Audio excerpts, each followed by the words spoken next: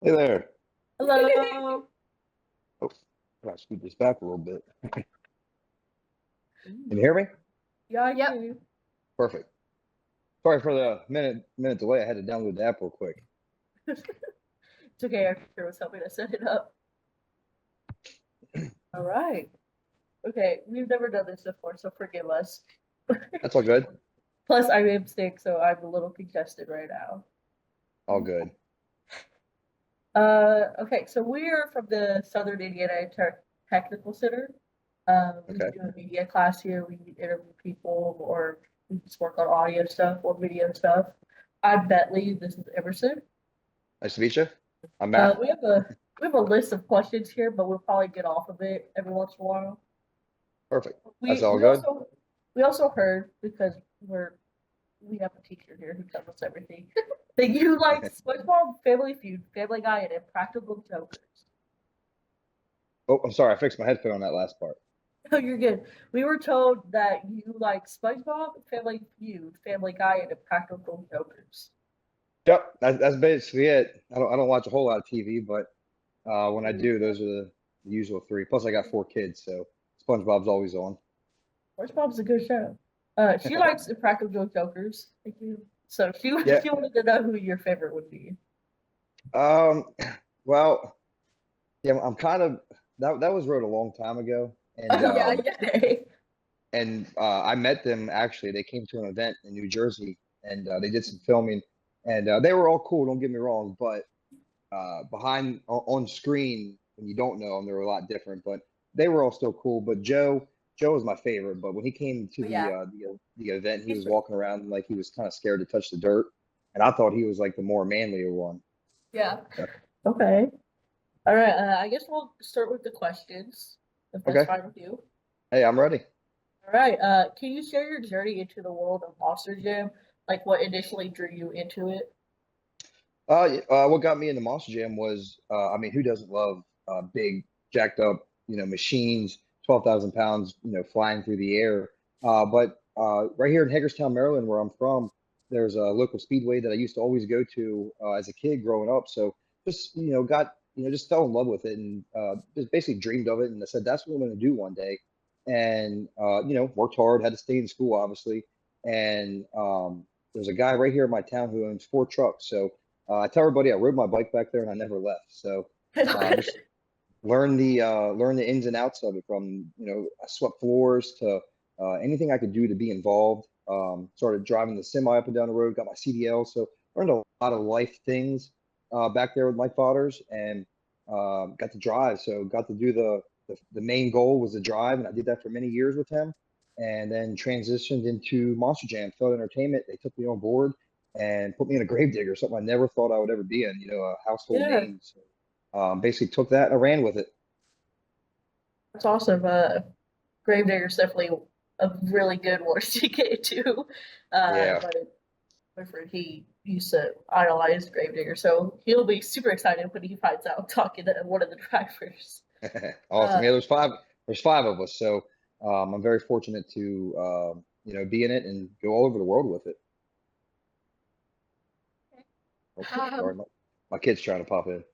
oh. okay. What is the most challenging part of being a Monster Jam driver, both physically and mentally? I like to just tell everybody the hardest part I have is just not letting the fans down. I mean, they all come out to watch us perform, spend their hard-earned money. So driving, all that's it comes natural with it. Over time, I'd like to tell people it's like riding a bike. You just start going bigger and bigger with it. But you got to be a little bit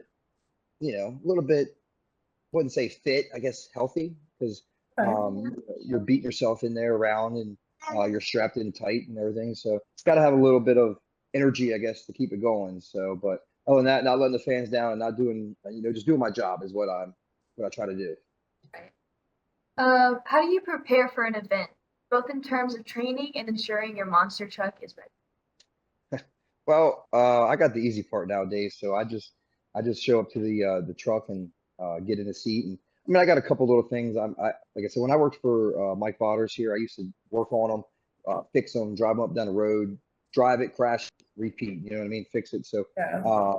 I don't have as much work to do nowadays. I got top-notch UNOH crew guys that are with that thing 24/7 more than I am. So they keep it 100%. They got their list that they go through after every event. You know, we don't strip them down, but we go through a lot of parts to make sure that, because we do 4 events, sometimes 5 events in a weekend, and like roll over, backflips, all kinds of stuff. So we just got a checklist that we go through. And as for me, I'm just I just got to make sure I show up with the right equipment and get in the truck and be as clear-minded as possible. Can you describe the adrenaline rush you experience when you're on the track? Like, how do you manage that excitement when you're driving? Well, that's hard sometimes because some people joke with me because like I'm a mellow guy before the events. Like it's like you wouldn't even think that I'm about to go do what I'm about to do. But you just like I said, you got to stay clear-minded. You can't let pressure get to you. You can't have all the extras that come with it because it'll show out on the track. Like if you just with your performance, when you can go out there, be cool, calm, and collected, everything will come together and it'll just be one great event. But once you're out there, I mean, you get done doing a backflip with a 12,000-pound Monster Jam truck. There's no way to bottle all that in. So it's just, Right. Yeah, I would expect that. the switch just kicks on, and next thing you know, you're making some more jumps if you can. If you're not broken, if not, you're gonna end up breaking some more stuff. I what has you what what has been your most memorable moment or achievement in Monster Jam so far? Oh well, so in 2019, I won the Monster Jam World Finals Speedster competition. The World Finals is like our Super Bowl of Monster Jam. It's the biggest event that we do. The most trucks from there. All the fans from all over the world come to that. Growing up watching it for many years, and then to finally be a part of it was awesome. And I did that in 2017 and 18, and then in 19. So I got to go back to back to back. But in 2019, I was able to take a trophy home. So to be in the history books as a world champion in Monster Jam, that's probably my greatest achievement. And then when I got to do my hometown track, because I watched it for so many years as a little kid growing up in the stands, and then to be out there was, just amazing. No, that's awesome. How do you stay focused during a competition, especially with all the noise and fans around? That's what I was saying earlier. Is I'm pretty calm, so I don't have a lot of. I try not to let the pressure get to me. A big event like I said, World Finals. It's hard not to. I mean, everybody's gonna have pressure no matter what you try to do. But I'm just calm, cool. I just walk around, hang out, talk to everybody, chat, keep my mind going, and I'm not one to just sit. Once I sit, I start thinking about a lot of things and Yeah, what could go wrong or what this. But so I just keep moving, keep hanging out, joking with people, just have fun. that sounds really cool. Richard. What kind of teamwork is involved with your crew during an event? Like how important is it to communicate with them? It's very important. My crew chief, his name's My King. Pretty, it's a great name for him. So Yes. it fits him, My King, and he's the king of the crew chief. So, we're talking nonstop. My helmets have radio communication, and he's got a headset on. And then I just touch the button inside the truck. And we talk back and forth. Sometimes we're talking about anything we want to talk about. We'll just be joking, and then it makes it great for when you are out on the floor. If you got something broke, or there's been times that I feel something, I can come back, get with him. He can be ready to go with tools, be standing there waiting for me to park, or vice versa. If something, he needs to ask, or if he sees something that's going on, he can radio to me like, hey, the truck's smoking, or I have a hard time not riding the brakes. So our Yeah. brake rotor gets pretty red. So I have him remind me in my ear. He'll just say like brakes, watch the brakes, and then reminds me to get off put my foot off of it. But we're talking nonstop unless I forget to plug it in. Communication is a really big deal and stuff like that. Yeah, and it helps out too because we have the tech officials who are the safety guys all around in the stands and in the pits, and then the people that are up in the booth that are calling the shots. So and it helps for communication down to him. So you never know what could happen, and he might not see something out there like let's say just one side of the track might be a little bit wet for some reason. They can radio down to him, would tell me watch out for this. So goes a long way. Does. Uh, what do you think sets your driving style different from the other competitors? I mean, in today's Monster Jam, that's very hard because guys and girls are top notch in the sport. You just gotta, it's hard to be different. Let's just say nowadays. A couple years back, 10, 20 years ago, the sport was evolving, different moves, different trucks, designs, could really put you out there. But I could go out there and do a nose wheelie. Jamie Sullivan, who's in Sparkle Smash, that will be there this weekend. She can go out there and do just as good, and along with the other four competitors that we have. But I drive a Gravedigger, so the fans expect just big air and carnage the Gravedigger way. So I try to live up to it. So try to give, like I said, we do nose wheelies in our skill. We do three competitions per event. So racing's racing. It's either timed racing or head-to-head racing. Um, Me versus the clock or me versus the other person on the other line. So it comes down to who can be the fastest and not hit the turning pole or whatever else may come about it. And then skills is where it becomes you and the machine. So we're out there balancing these things on the front two tires, the back tires, whatever we can do to be unique. And then freestyle is just a free for all. So um, you watch and you see what everybody else is doing, and I try to be a little bit different sometimes. If I got to hit stuff crooked or whatever I have to do, and then maybe roll it over at the end. Handle the pressure of competing in front of large crowds? I know you went over like you just relax and everything, but Yeah. Well, that's, no matter where I've been in front of, like the Ford Center this weekend is an arena. We probably have 7,000 people in there, and I've been in front of 70,000 people. But regardless, they're there to see you. They're there to see the Monster Jam trucks and the environment. So it's if like this isn't bad talking to you two, but like you put us in a group of people that 10 people, that's hard to talk in front of. But right. you go out in front of 70,000 people, it's just different because they're there for what you're doing. So it just comes natural. And I mean, everybody has their ways of learning and overcoming things. It's taken me, when I first started, maybe a year or two to get used to talking on a microphone and different aspects of venues. Different venues have different echoes. But after a while, you learn it, the switch kicks on, and it becomes natural.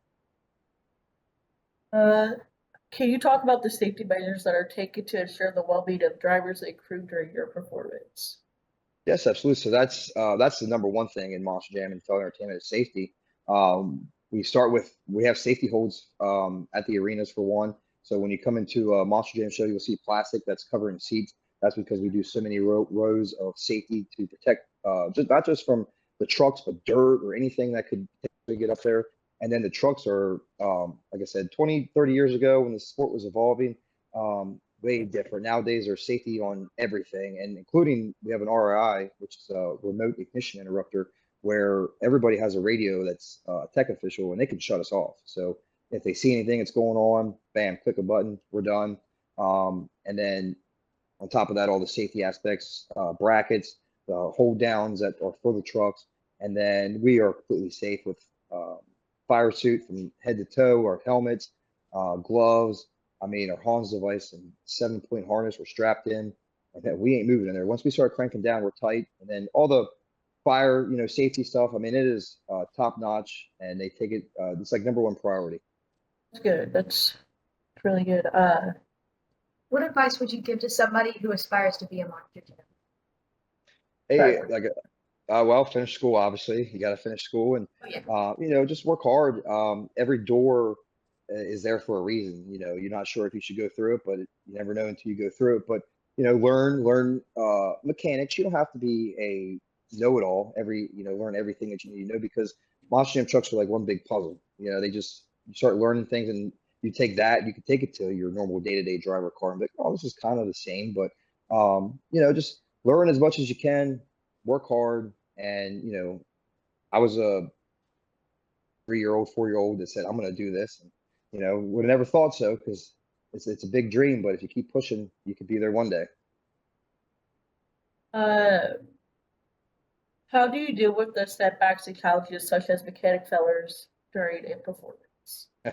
That's, I, I mean, everybody's going to get, a little irritated whenever something goes wrong. Like if you break down what we do in a weekend, we don't have a whole lot of driving time.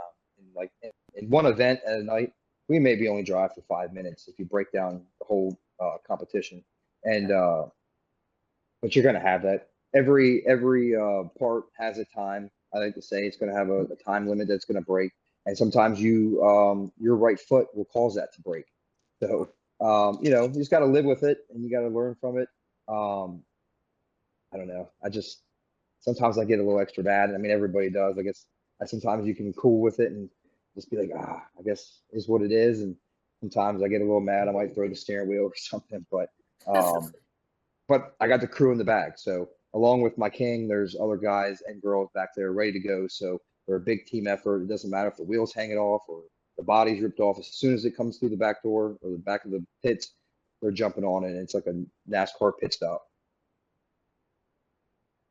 How does fan interactions play in your career, and how do you manage with that? The fan interaction. Well, so that's the whole thing. Part of Monster Jam is the fans. I mean, we wouldn't be doing it if it wasn't for them. Otherwise, we'd be a bunch of guys and girls out there driving around in an empty arena. So, we do pit parties. We do a pit party on a Saturday afternoon and a Sunday afternoon where they get to come down and they get to meet us, see all the trucks, walk around, have a great time, and then they're judging. They're it's judgingzone.com. So 2 competitions. I got 4 kids, so You're okay. I tried to lay them down, and now they're just popping out. So, but so yeah, the pit party, they come down, they get to hang out, see all the drivers, meet all the trucks, take pictures, bring all your great stuff to get signed, and then during the event, they get to be the judges. So for our skills and our freestyle competition, we rely on them. So 7,000 people. That if all 7,000 people in that arena pull out their phone, then we're hoping to get a 10 from or the highest score possible. So, and you got to play into it. You can't, what I mean? You got to come out, you got to wave your arms, get them going, rev the engine a couple times, get them worked up, and then you got to do cool things, and then, bam, right back to it. So, the fans are a big part of Monster Jam. Can you share any behind the scenes insight as a Monster Jam driver that the fans might not know? There's not too much to it. I mean, we're normal people just like everybody else. But for me, my travel days consist of Thursday to Sunday, Monday. Flying out on Thursdays to whatever event. Obviously, just like any travel, you're going to have delays and certain days like that. But and then we fly in, and then Friday, Saturday, and Sundays are practice and an event days. So we do a short little practice just to kind of feel things out before the first event, and then after that, it's just event days. I mean, we just show up, do the events, sign some autographs, take pictures, and get out and do it again, do the next one, and then we all fly out, and then the crew just is there to work on them. So there's not a whole lot of behind the scene glory, I guess you could say. It's just work and pack up and on to the next one. So sometimes you get to meet some cool people come along, and sometimes you just come in and do a weekend. Looking ahead, this is like the last question we have planned out. Looking ahead, what are your goals for the future of Monster Jam? Are there any specific milestones you hope to achieve? I mean, I wouldn't say that I've done everything that I've wanted to do, but if I was to stop tomorrow, I'd be happy. I'd be able to walk away and watch some videos as I get older and remember what I did. But I'm not done yet at all. I want to keep going for as long as I can.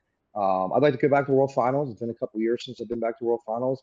I won a tour championship last year. I'd like to win a couple more tour championships. And like I said, I got 4 kids, so I think it would be awesome if I can stick around for as long as possible and see them drive, race against them, maybe beat them, take him out. But I got a 6-year-old getting ready to be 7. He's the oldest, and he's 3 of twins. So you never know where it might go. So, Right. but that would be the ultimate goal, to see if these little ones would like to transition into a Monster Jam truck one day down the road. And I'd like to sit back and watch, and maybe have an office position or something. Tell people what to do. We are going to be at the show this Saturday Perfect. at the Ford Center. So, are you going to be there? I'll be there. We That'll need to be me. meet you in person and not over the call. Perfect. that's all we really have for all the questions. If Gotcha. there's And anything else you would like to and say, you base. was this live or is this kind of you just kind of getting the questions to write something up or We are recording it, and then I think we're gonna post it on YouTube. okay, cool deal. Yeah, other than that, just we got 3 events coming back to the Ford Center. 2 on Saturday and 1 on Sunday. Of course, with the pit party that we do on Saturday morning and Sunday morning. So just come out and have some fun. 6 of the greatest Monster Jam trucks about to be there, and I can't wait. I can't wait. I'm so excited. I went last year and had so much fun. Yeah, it was She's one of never my gone. favorite stops, to be honest with you. I used to do the fairgrounds there, and then I came back there last year, did the Ford Center, and it was my first time I've ever like swept a whole event where I won all 4 competitions and then the overall. So it's got a memorable spot for me. Yeah, here in Indiana or Evansville specifically, we are huge Grave Digger fans. So anytime we get to see them, it's just huge, like huge. Yeah, I can't wait. She's never gone. Hopefully she loves it because I love it. awesome. But we also have prom that night, so Oh, you got what, prom? prom that night. Also, so Monster Jam in the morning and then prom. Monster Jam at 7, prom at 8. Awesome. Hey, can't beat that. Hey, no, I can't wait. It's gonna be so fun, so fun. Awesome. All right. Well, that is all we have for today. Thank you for meeting us. I really Hey, appreciate it. hey, no problem. And you guys enjoy the rest of your day, and we'll see you on Saturday. Yeah. Thank you. I hope you have a good rest of your day. And Oh, good luck if I don't get to see you Saturday. Good luck. hey, we'll see you. Just walk by and yell or something. Okay. Bye-bye. Perfect.